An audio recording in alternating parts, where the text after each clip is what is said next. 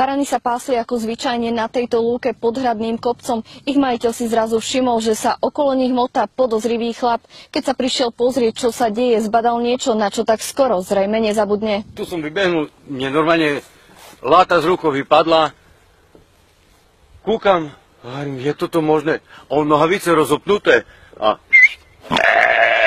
Pán Marián bol z toho, čo videl v šoku. Sám nevedel, čo robiť. Muža, ktorý sa vraj uspokojoval na jeho baranovi, napokon odohnal. Som ho chytil po zadku, som mu dal, jak mi mydlil barana. Polícia prípad vyšetruje ako priestupok proti verejnému poriadku. Prišli, stala sa vám škoda? To nestala, ale precali mi barana. Toto bezbranné zviera podľa slov jeho majiteľa sexuálne zneužil muž, ktorého pozná zo susedstva. Stretli sme ho nedaleko miesta, kde sa to všetko malo odohrať. Čo ste s ním robili?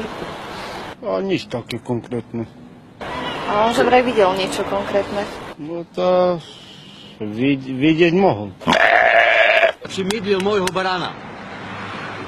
Je to tak, alebo nie? Teraz reči, priznaj, že... Je to pravda?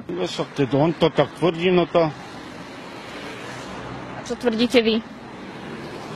Čom by som mal... Podozrivého muža policajti vypočuli a ten sa ku skutku priznal. Je to normálne? Keď on na barana sa zlakomí. To také devčatko? Zo Spišského Podhradia pre televíziu JOJ Daniela Jureková.